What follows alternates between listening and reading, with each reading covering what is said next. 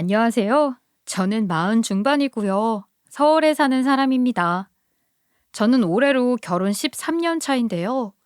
10년 차까지는 결혼해서 아이도 낳고 집도 사며 별 큰일 없이 평화롭게 잘 살아왔는데요.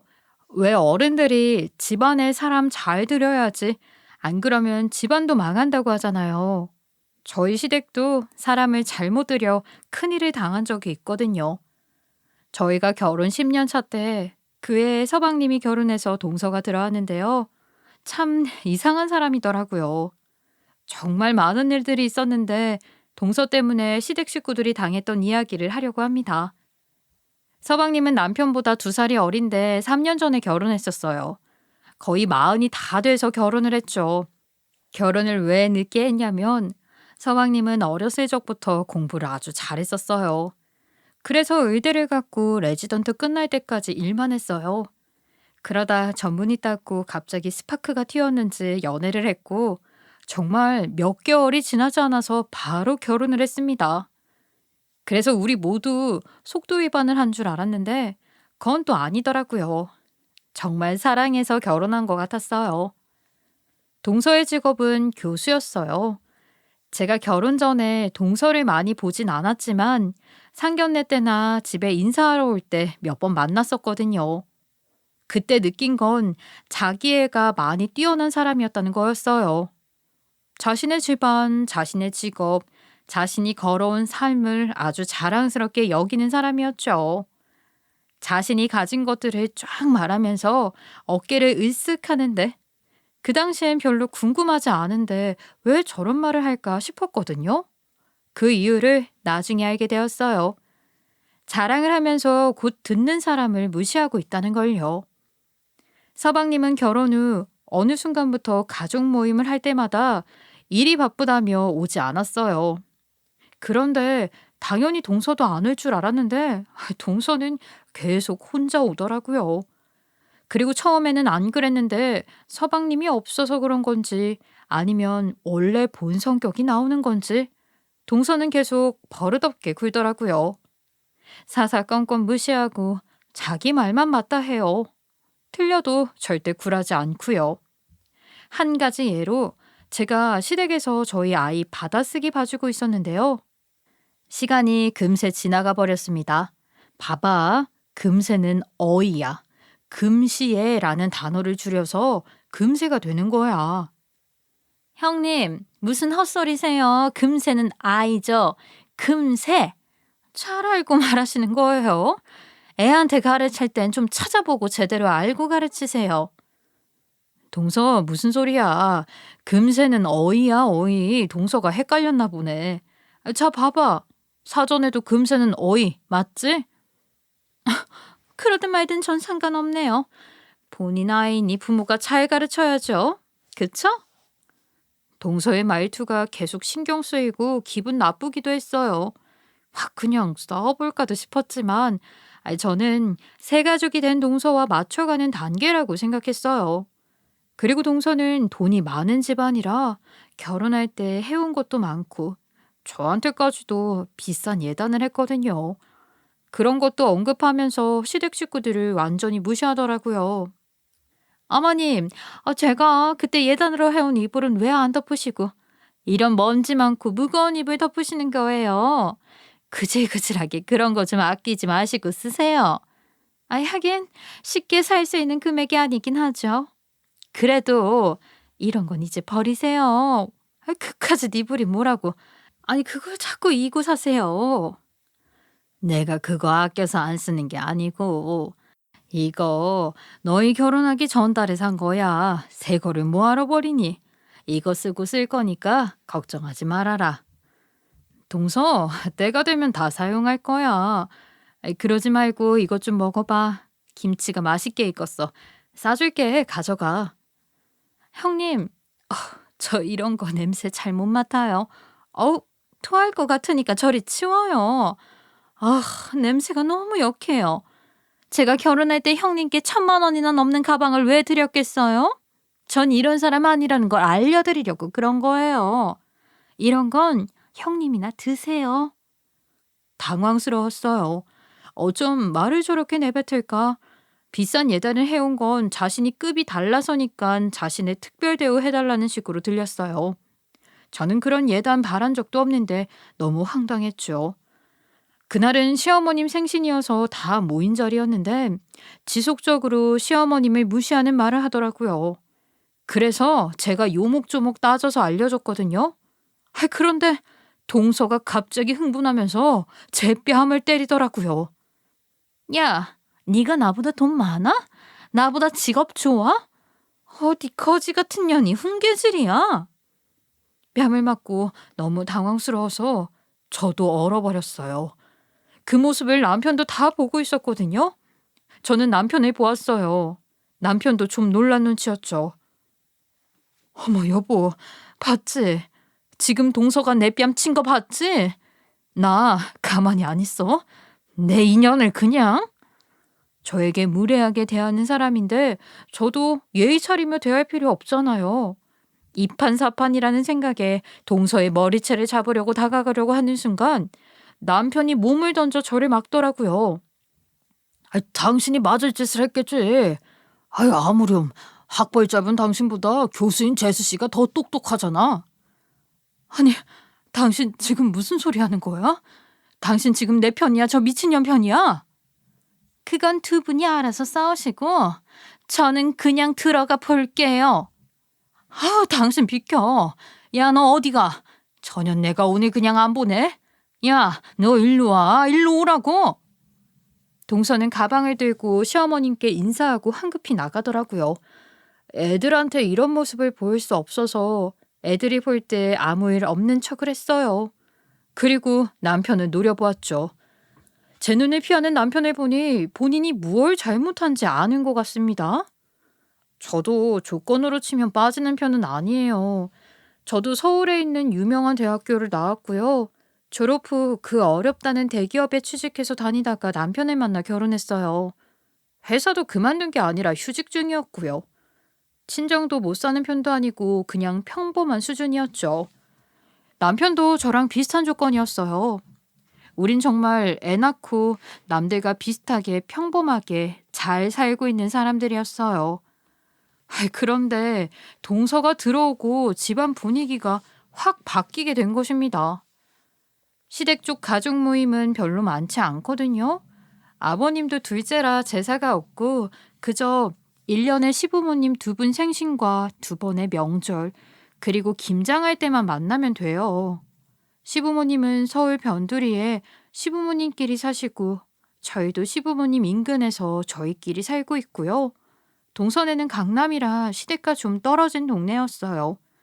말 그대로 가족이기에 특별한 날에 만나오는 거고 누구 하나 시댁 일에 강요하지 않고 심지어 오라고 한 적도 없는데 게다가 서방님이 바쁘셔서 못 오신다고 해서 동서를 부르지도 않았는데 저렇게 꾸역꾸역 와서 저 난리를 치는 겁니다. 동서는 그냥 시댁 식구들이 싫은 것 같았어요. 남편과 서방님과의 우애는 좋았어요. 남편은 자신이 형이지만 항상 노력하는 동생을 대견스러워했어요. 남편도 똑똑했지만 서방님만큼의 공부머리는 없었습니다. 그래도 대학원까지 배우고 대기업에 취업을 한 케이스고요. 남편도 동기들보다 진급도 빠른 편이라 회사에서는 인정받고 사는 편입니다. 그래도 남편은 동생이 공부를 잘해서 의사까지 되니 자랑스러워했어요. 서방님이 전문의가 되었을 때 우린 무리해서 서방님께 명품 양복도 선물해 줄 정도였어요.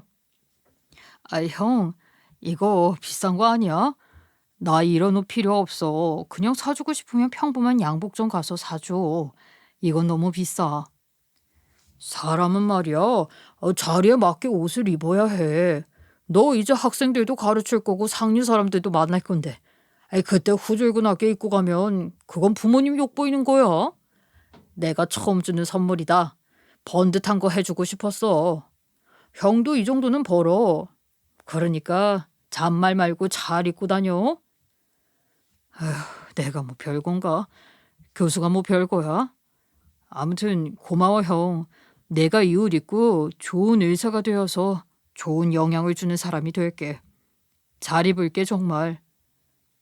저희는 무리해서 주는 선물이었어요.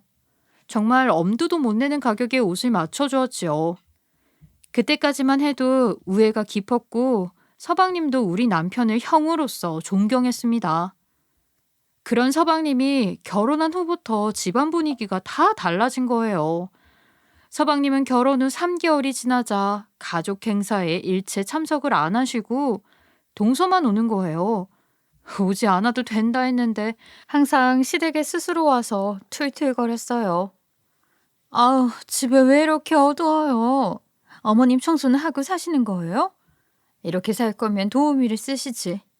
하긴 그런 사람 쓰기 어려운 형편이시죠? 세상에 살림살이들 낡은 것 좀 봐. 이런 걸로 밥 해 드시는 거예요? 아우, 더러워. 동서, 집이 오래돼서 낡고 어둡지만 어머님 결벽증이라 할 정도로 청소에 진심이셔. 봐봐, 매일 소독약 뿌려서 닦고 화장실도 락스로 매일 청소하셔. 아마 동선의 도우미도 매일 그렇게는 못할 거야. 집기들은 도대체 몇십 년을 쓰신 거예요? 이렇게 유행 지난 그릇을 누가 써요? 동서, 유행이 지나서 안 예뻐 보일진 몰라도 이거 작년에 세트로 산 거야. 동서가 안목이 있어서 그런가 봐. 매일 식기세척기가 닦고 열심히 삶아. 유행이 지나서 촌스러운 거지 절대 더럽지 않아. 청소를 운운하며 더럽다고 면박을 주는 동서가 정말 미웠어요. 왜 같은 말이라도 저렇게 할까요? 저희 어머님 연세 많이 드셨지만 청소 정말 빡시게 하시는 분이시거든요. 창틀에 먼지 하나 없을 정도예요. 하루 종일 닦고 쓸고 하시는 분이셔요. 저희 애들 어릴 적엔 과자를 흘리면서 먹으니까 애들 뒤를 졸졸 따라다니면서 닦고 다니실 정도였어요. 애들은 세균에 약하다고 씻기고들 매번 삶으시는 분이거든요. 그래서 제가 농담으로 어머님 집에서 수술해도 될 정도라고 할 정도였어요.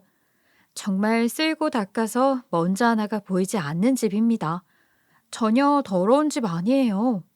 낡은 것과 더러운 것은 차원이 다르잖아요. 누가 봐도 그런 건 눈에 보이고 알아차릴 텐데 왜 저러는지 이해가 안 됐어요.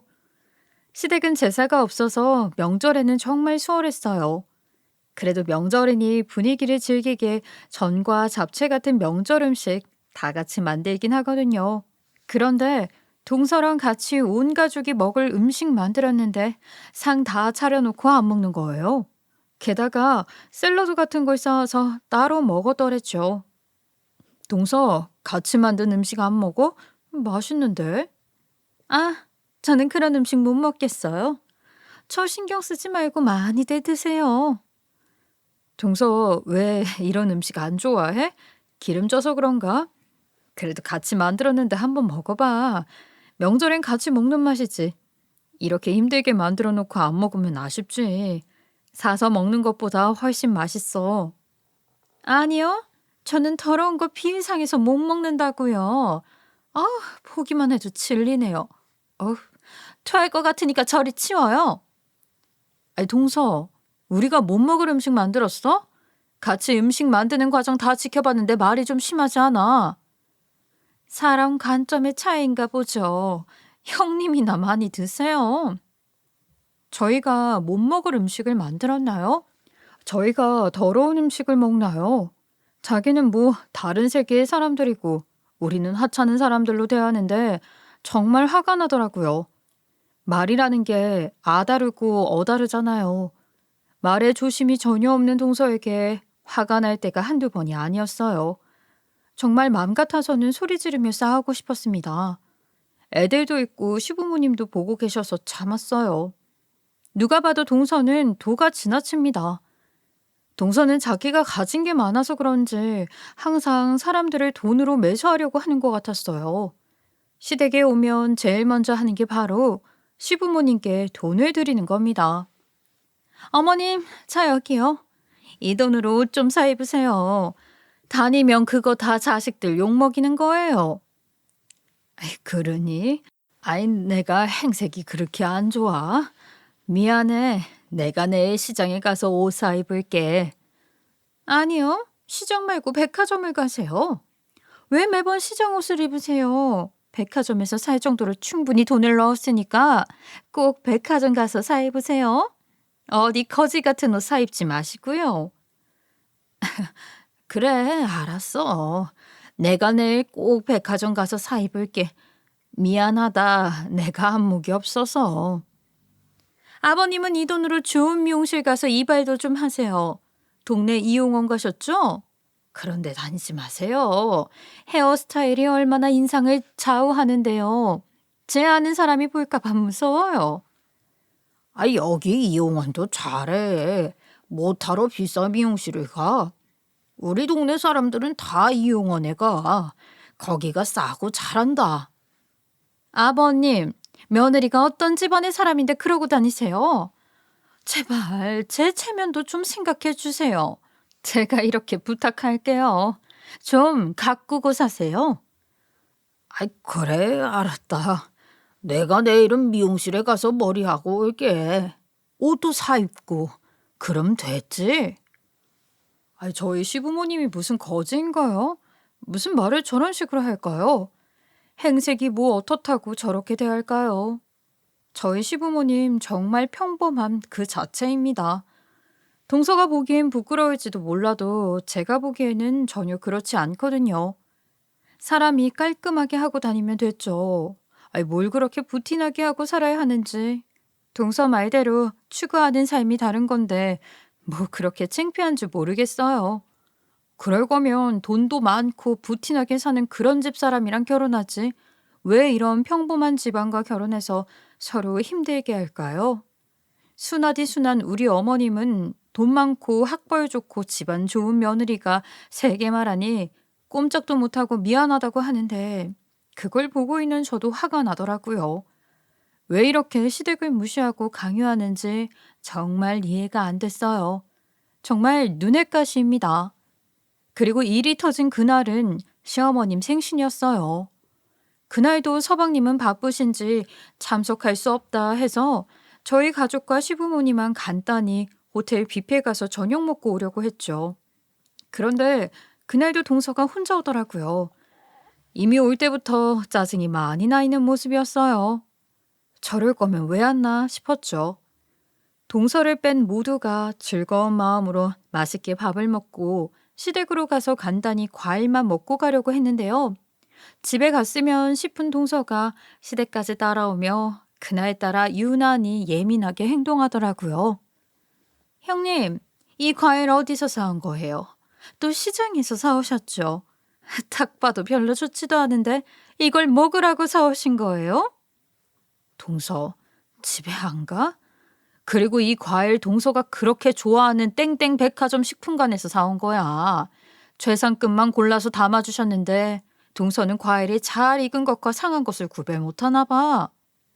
아, 그래요? 그럼 어디 깎아보세요. 맛있나 보게. 어머, 이것 좀 봐. 어머님, 설거지 제대로 안 하셨어요? 여기 물때가 있잖아요. 설거지를 제대로 하는 거야, 안 하는 거야?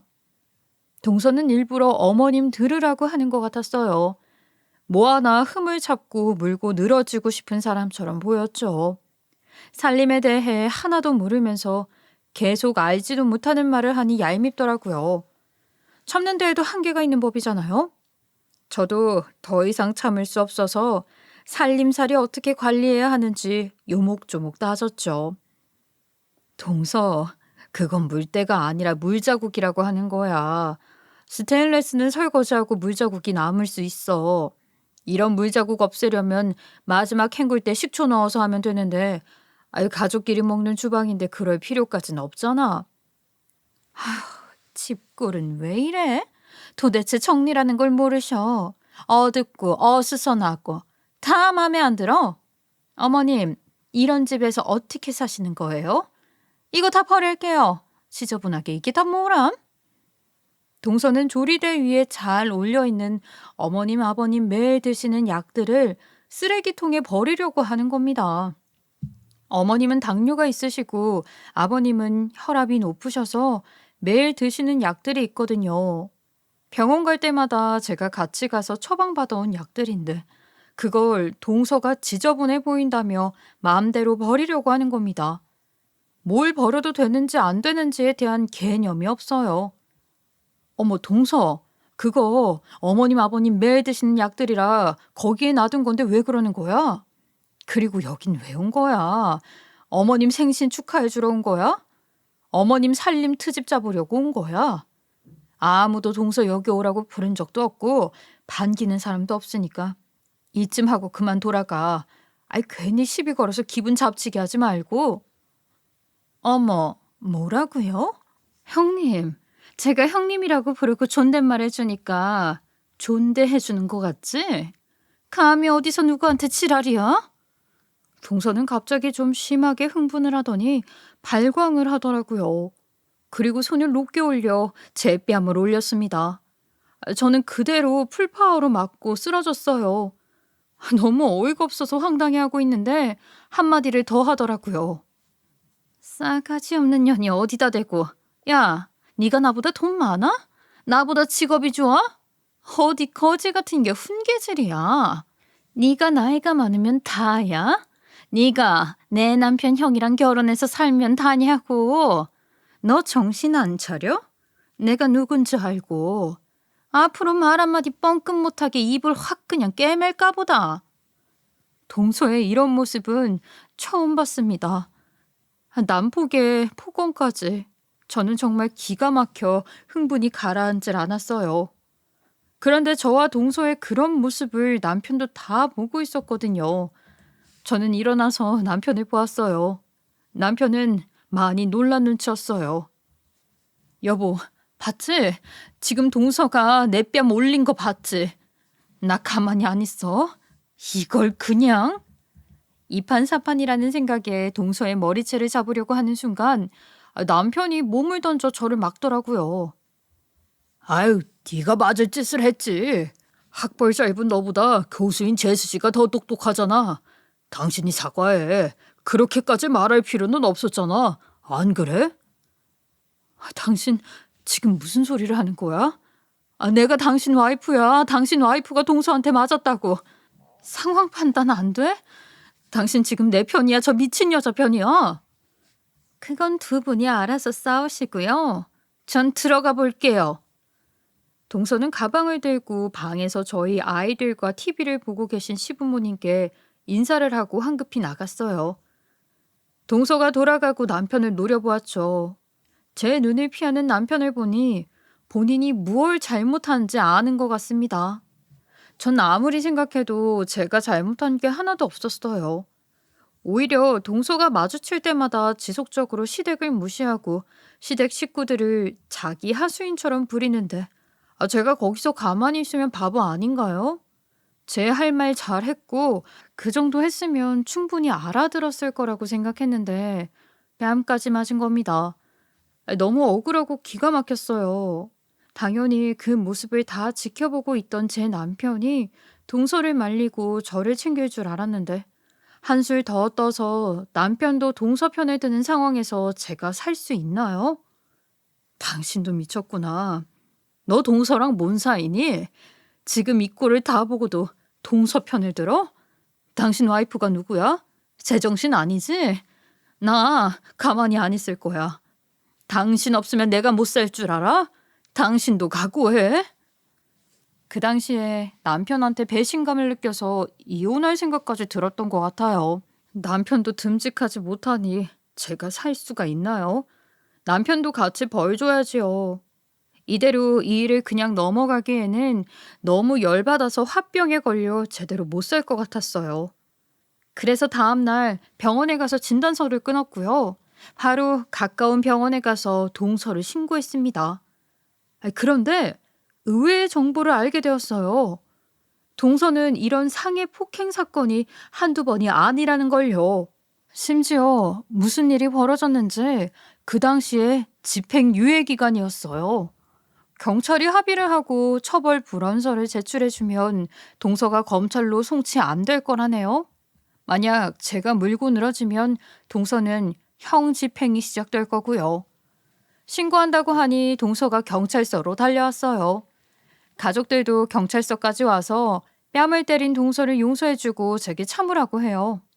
시동생과 남편은 가족끼리 봐주라고 빌 정도였지만 어머님은 절대 용서해주지 말라고 하셨죠. 저거 아주 오만 가지 죄를 다 짓고 다녔구나. 대체 과거에 뭔 짓거리를 하고 다닌 거야? 예미야, 너 절대로 용서해주지 말아라. 저런 건 아주 홍군형이 나봐야 정신을 차리지. 네, 어머님, 이건 보통 일이 아니에요. 어떻게 형님인 저의 뺨을 칠 수가 있어요? 전 그냥은 못 넘어가겠어요. 아, 여보, 재수 씨도 많이 반성하고 있을 거야. 그렇죠, 재수 씨? 예, 형님. 어제는 제가 좀 실수했네요. 제가 좀 과했습니다. 죄송해요. 너는 네 와이프가 동서한테 당했다는데 왜 네가 용서를 해주라 말아라 하고 있어? 예미야, 절대 봐주지 말아라. 그런 게 가족이고 형제간의 우애가 아니다. 네가 만약 용서를 해주면 다음부턴 절대 안 그럴 거라는 말 믿지도 마. 그럼요, 어머님. 절대 안 하죠. 그리고 동서, 미안하다는 사람 목소리 맞아? 정말 미안한 거 맞아? 어떻게 그런 표정으로 미안하다고 하는 거지? 아이, 그럼 여기서 무릎이라도 꿇을까요? 그래야 마음이 편하시겠어요? 꿇으라면 꿇을게요. 어디 한번 해보자고요. 꿇어봐. 꿇고 머리 조아리고 빌어봐. 혹시 알아? 내가 용서해줄지. 너 내가 처벌한다고 하면 깜빵 가. 상황 파악 제대로 안 되나 본데. 너 지금 심각하다고. 형수, 형수, 제발 제가 이렇게 빌게요. 제발 그러지 마세요. 우리 착한 형수가 왜 이렇게 화가 많이 나셨어요? 제 와이프가 어떻게 하면 화가 풀리세요? 예? 우리 말로 해요, 말로. 네? 형수가 고소를 하면 저희는 어떻게 살겠어요? 형네가 동생네 가정 깼다고 생각하지 않겠어요? 제발 부탁이에요. 제발요. 예? 두 인간들은 저를 말렸어요. 저에게 매달려 동서를 용서해달라고 하는데 사실 동서를 법으로 처벌을 하고 싶은 게 아니라 저한테 진심으로 사과하게 하고 앞으로 같은 실수를 반복하지 않았으면 싶었거든요. 전 절대로 마음 약해지지 않으려고 했어요. 일단 적절히 저도 사과받고 동서도 자존심을 버리고 저한테 사과할 수 있는 방법이 뭐가 있을까 싶어서 진실되고 진정성 있는 반성문을 써오라고 했어요. 다음날 동서는 앞으로 까불지 않는다는 내용으로 반성문을 요목조목 잘 써왔더라고요. 그 글을 보고 마음을 풀려고 했습니다. 저는 동서에게 한마디 했어요.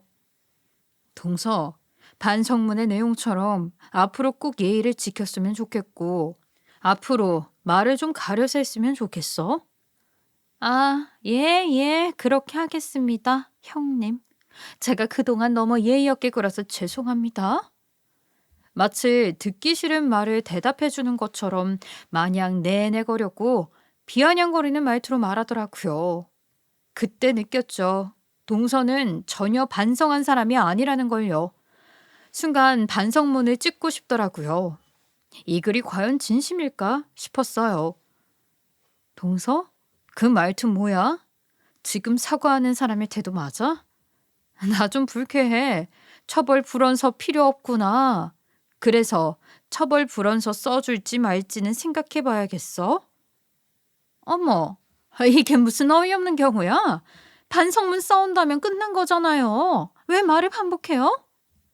그러니까 사과는 제대로 했어야지. 그 태도는 사과하는 사람의 태도가 아니야. 먼저 일어날게. 뒤에서 동서가 뭐라뭐라 짓거렸지만 무시하고 집으로 왔어요. 그런데 집에 돌아오니 더 한 사람이 있더라고요. 글쎄 남편이 저를 보자마자 빨리 처벌 불원서 써주라고 재촉하더라고요. 다시 또 똑같은 말이 되풀이되었죠. 내가 와이프인데 어떻게 동서 편을 드느냐며 내가 동서한테 괜히 그랬냐고 자기 부모님께 무시하는데 당신은 화도 안 나냐고 하니 됐다면서 그냥 방으로 들어가더라고요. 시어머님께서도 당신은 절대 안 괜찮으니 동서를 봐주지 말자고 했고 처방님은 염치가 없으니 용서해주라는 말도 없어지고 그저 저에게 죄송하다고만 했습니다. 남편은 하루에도 몇 번씩 눈만 마주쳤다 하면 처벌 불원서 써주라고 졸라서 결국 전 가정의 평화를 위해 동서를 처벌하지 않기로 했는데요. 그래서 다음날 아침 남편과 경찰서로 가려고 준비 중이었는데 어디선가 전화가 왔어요. 모르는 번호였어요. 전 원래 모르는 번호는 받지 않는데 이상하게 받고 싶어지더라고요. 그런데 그 전화가 저희 가족의 앞날을 바꿀 전화였어요. 안녕하세요. 저는 김수민 교수님의 대학 조교인데요. 부탁 하나 하고 싶어서 전화드렸는데 통화 가능하세요? 아, 예, 통화는 가능한데요. 동서 조교라면 저와는 아예 연관성이 없는데요. 무슨 일이세요? 저희 교수님이 처벌 불원서가 필요하다고 전화해서 저보고 철원 불원서 쓰게끔 해결하라고 했는데 저 그 처벌 불원서 안 써주시면 안 될까요? 예? 처벌 불원서를 써달라는 게 아니라 써주지 말라고요? 조교는 조심스럽게 말을 하고 있지만 목소리에 조금 화가 많이 난 듯했습니다. 천천히 이야기를 꺼내는데 그 이유를 물어보니 믿기지 않을 정도로 동서의 만행에 소름이 끼쳤어요. 교수님은 진짜 악마예요. 학과 일을 하는 조교에게 개인 일은 시키는 것을 물론이고 그것을 기분 좋게 흔쾌히 하지 않으면 사회에 적응 못하는 루저 취급해요. 인생 망치고 싶냐고 협박하는 것은 물론이고 폭언에 정말 살 수가 없습니다. 저 정신과 치료도 받았어요.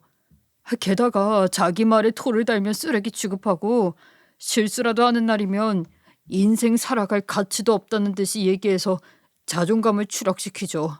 그 폭언의 강도가 얼마나 심하냐면요. 저 일하기 싫어서 다리 위에도 올라가 봤습니다. 정말 너무너무 살기 힘들어요. 세상에, 동서가 학교에서도 그랬어요? 저희 시댁에서도 그래요. 모든 사람들한테 그러고 다닙니다. 제일 심한 건 성적도 뒷돈을 받는 사람한테는 잘 주고 자신한테 미보인 학생한테는 점수를 제대로 주지 않아요. 점수 없으면 졸업도 못하는데 자기한테 잘못 보였다고 보복하는 거죠. 제가 너무 신고하고 싶었는데 증거를 못 모아서 못했어요. 정말 화가 납니다. 아휴, 너무 힘드실 것 같아요. 매일매일 어떻게 버티세요? 저는 가끔 봐도 동서의 행동이 너무 화가 나요. 저는 지금 들어온 지 6개월 차인데요. 제가 오기 전에 있던 조교에게는 상습적으로 손까지 올려서 고소를 당했어요. 그래서 징역 1년 집행유예 2년을 선고받은 거죠. 아, 동서 집행유예가 그 일 때문에 선고받은 거군요. 세상에, 너무 소름 끼치는 사람이네. 맞습니다. 그런데 보통 이런 선고받으면 교수직 박탈당하거든요. 그런데 어떻게 계속 교수를 하고 있는지 아세요? 직권 유지를 하기 위해 이사장한테 어마어마한 돈을 바쳤다더라고요. 정말이요? 세상에. 하긴 동서라면 그러고도 남을 인간이에요. 돈이라면 뭐든 다 된다고 생각할 거예요. 그러니까 제발 교수님이 이번에는 집행받을 수 있고 제발 교수직 박탈을 할 수 있게 처벌 불원서 써주지 마세요. 꼭 처벌을 받아야 한다고요. 그래야 제가 살아요. 전화를 받고 너무 놀라서 남편한테도 말하니 남편도 놀라더라고요. 그리고 바로 자기 동생한테 전화를 걸더라고요. 그 통화 내용 잘 들어보니 기가 막힌 얘기가 더 있었어요. 동서의 집행유예가 어떻게 일어나게 되었는지 아냐고 물어보니 서방님도 자기도 이번에 알게 되었다며 놀랐다고 해요. 그리고 결혼을 하고 동서가 분노 조절을 잘 못한다는 것을요. 매일 치고 부셔서 서방님도 많이 맞았고 집안 살림도 남아있는 게 없다고요. 서방님과 꽤 오래 통화한 남편은 충격적인 표정을 짓더니 울더라고요. 내 동생도 맞고 살았대. 재수 씨가 사납게 굴고 계속 위협을 해서 이혼할 생각 중이었대. 난 그것도 모르고. 세상에, 동서가 서방님한테도 그랬대? 미쳤네, 미쳤어. 너무 화가 나. 사실 서방님은 동서랑 결혼한 이유가 지금 다니는 병원의 원장님의 동생이 동서의 아버지시고 원한다면 과장도 시켜주고 개업도 해준다고 해서였다고 해요. 동서를 처음 봤을 땐 외모도 괜찮고 직업도 괜찮아서 연애를 시작했는데 연애 시작과 동시에 동서네 쪽에서 결혼을 서두르더래요. 서방님도 동서와 결혼해도 좋을 만큼 동서를 좋아하게 되었는데 결혼하는 과정에서 이혼 전력을 알게 되었다고 합니다. 동서는 이혼 이유가 그 집안에서 자기를 너무 컨트롤하려고 해서 이혼했다고 하는데 서방님이 같이 살아보니까 느꼈대요. 동서 성격이 이상해서 이혼한 것 같다는 걸요. 이혼한 후에 동서가 진짜 이혼한 이유를 알게 되었대요. 돈 있는 집에 시집 갔더니 며느리 노릇을 시켜서 짜증났고 그래서 매일 싸우다가 이혼을 했다더라고요. 동서의 아버지도 그런 동서가 벅찼는지 재혼을 시켜서 사람 만들고 싶었대요. 그래서 별 볼 것 없는 집안이지만 성실한 사람에게 결혼시켜서 자신의 딸을 큰소리치게 살게 해주려고 한 것 같은데 그 조건에 우리 서방님이 제격이었던 것 같았대요. 그런데 짧은 연애 후 결혼을 해보니 동서의 성격이 드러났고 서방님도 더 이상 살 수 없는 성격이어서 이혼하자고 하니 싫다고 했대요. 장인이 엄청 엄하시거든요. 동서의 아버지는 2번 이혼은 죽어도 안 된다고 하셔서 서방님이 마음을 바꿀 수 있는 건 끔찍이 여기는 시댁에 잘해보라며 열심히 시댁에 보냈는데 거기서도 성격을 부릴 줄 몰랐다고 해요. 그래서 서방님은 제 마음대로 고소를 하든 처벌 불원서를 써줘도 상관없다며 자기 생각은 하지 않아도 된다고 했다네요. 남편은 눈이 돌았어요. 자기 동생까지 그렇게 당하고 살았다니 화가 나서 견디질 못해 하더라고요. 남편도 웃기는 게 자기 마누라가 당하고 살 때는 한마디 말도 없다가 자기 동생이 당했다니까 난리를 치더군요. 제가 너무한 거 아니냐고 이거 이혼 사유감이라고 남편한테 막 뭐라고 하니 남편이 미안하다며 사실 동서랑 제가 싸우면 우리 가족 때문에 서방님이 동서 덕을 볼 수 없을까 봐 서방님 앞길 막힐까 봐 일부러 더 저한테 뭐라고 했었다며 미안하다고 한동안 악을 쓰며 화를 내더니 결국 너무 열받아 울더라고요. 그런데 한참을 더 생각하더니 저에게 울먹거리며 충격적인 고백을 했습니다. 여보, 미안해. 사실은 나 재수씨 그 불려한테 당한 것 같아. 여보, 정말 미안해. 그게 무슨 소리야? 알아듣게 말해. 동서한테 뭘 당해? 당신도 맞았어? 무슨 소리야? 저희가 그 당시에 이사를 했거든요. 집 가격이 전에 집보다 1억 정도 차이가 났어요. 당연히 담보대출을 받을 줄 알았는데 빚을 내지 않고 잔금을 치르더라고요. 남편이 따로 모아놓은 돈이라고는 했지만 사정을 뻔히 잘 아는데 절대 돈을 모을 수가 없는 구조거든요. 그래서 어머님이 몰래 주신 줄 알았어요. 그 돈의 행방이 글쎄 동서가 준 돈이었네요. 사실 그 돈 재수 씨가 준 거야. 내가 달라고 하지 않았는데 어느 날 만나자고 해서 갔더니 돈을 주더라고. 대출 받으면 이자 나가는데 자기는 이자 없이 빌려주겠다고 천천히 갚으라고 해서 정말 고마웠거든. 그런데 그 돈 빌려주면서 그러더라. 자기 잘 봐달라고. 뭐든 자기 편이 되어달라고 하더라고. 내가 그때 미쳤나 봐. 당신한테 손을 올릴 때 그 말이 번뜩 생각나더라고. 그래서 그랬어.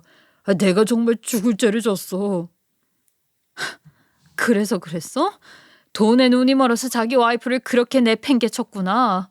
네가 사람이니? 네가 그러고도 가장이야. 나 너무 서운했어. 너무 억울했다고. 내가 입이 10개라도 할 말이 없어. 지금 생각해보니까 나 가스라이팅 당한 거였어.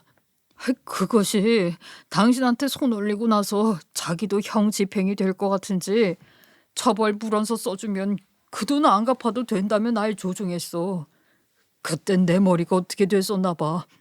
형 집행되면 바로 압류 걸어서 돈 가져갈 거라면서 와이프 잘 관리하라고 얼마나 닥달을 하든지 내가 피가 말라서 그랬어.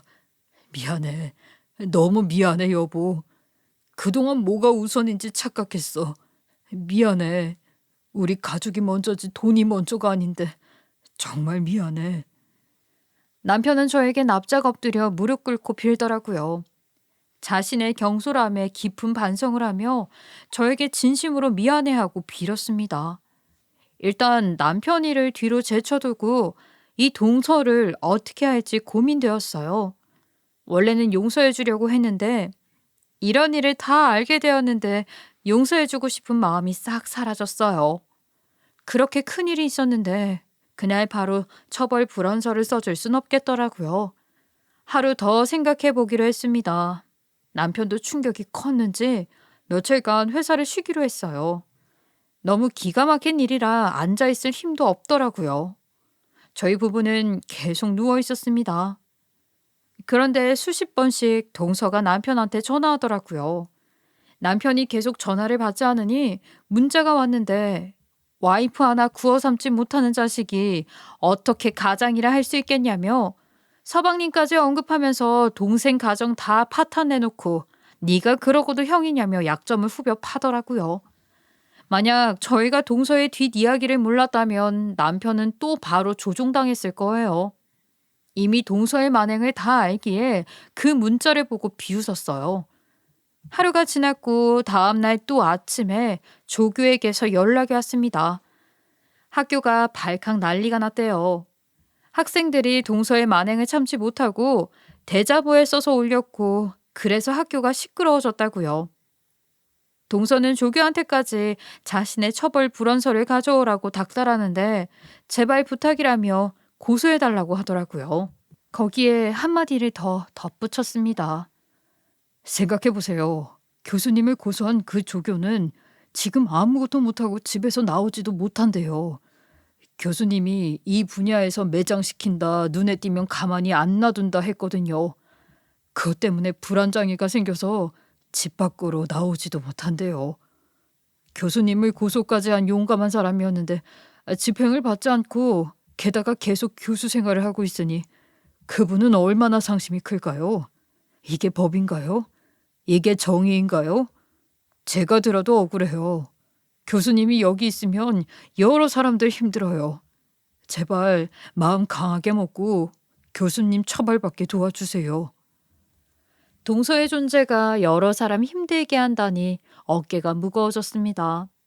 저는 그냥 뺨만 맞아도 이렇게 열이 받는데 어리고 할 일 많은 청년들이 동서에게 시달려 정신병까지 앓고 있다고 하니 저도 그냥 있을 수만은 없겠더라고요. 제가 힘이 있는 사람도 아니고 영향력 있는 사람도 아니지만 누군가를 도울 수는 있겠다는 생각이 들었어요. 잠시 생각을 고르려고 앉아 있었는데 그 조교에게서 문자가 왔습니다. 동서가 저에게 쓴 반성문 기억나시나요? 요목조목 제 마음에 들었던 그 반성문 대필 작가한테 의뢰해서 써온 거라며 당시 대필 작가가 주고받았던 문자를 저에게 찍어서 보내주었죠. 정말 뒤통수 제대로 당한 것 같았어요. 동서는 애초부터 반성한 적이 없었고 그 반성문에는 절대 동서의 진심이 들어가 있지 않을 뿐더러 처음부터 저에게 용서를 빈 적이 없는 거예요. 여전히 저를 기만하고 있었죠. 그때 다짐했어요. 처벌 불원서가 아니라 동서를 고소해야겠다고요. 여러 사람 피해보지 않게 저는 고소를 했습니다. 시간이 흘러서 법정에서 여러 번 동서와 마주쳤고 결국 동서는 집행유예 실효 처리가 되었어요. 서방님은 이혼하였고요. 우린 대출 받아서 동서한테 빌렸던 검은 돈을 갚아버렸어요. 그리고 뒤늦게 그동안 서방님이 겪었던 일들과 학교에서 있었던 일들을 시부모님께 전하니 어머님도 많이 힘들어하시며 우시더라고요. 특히 서방님이 당하고 산 것에 대해 안타깝게 여기시며 가슴을 치시더라고요.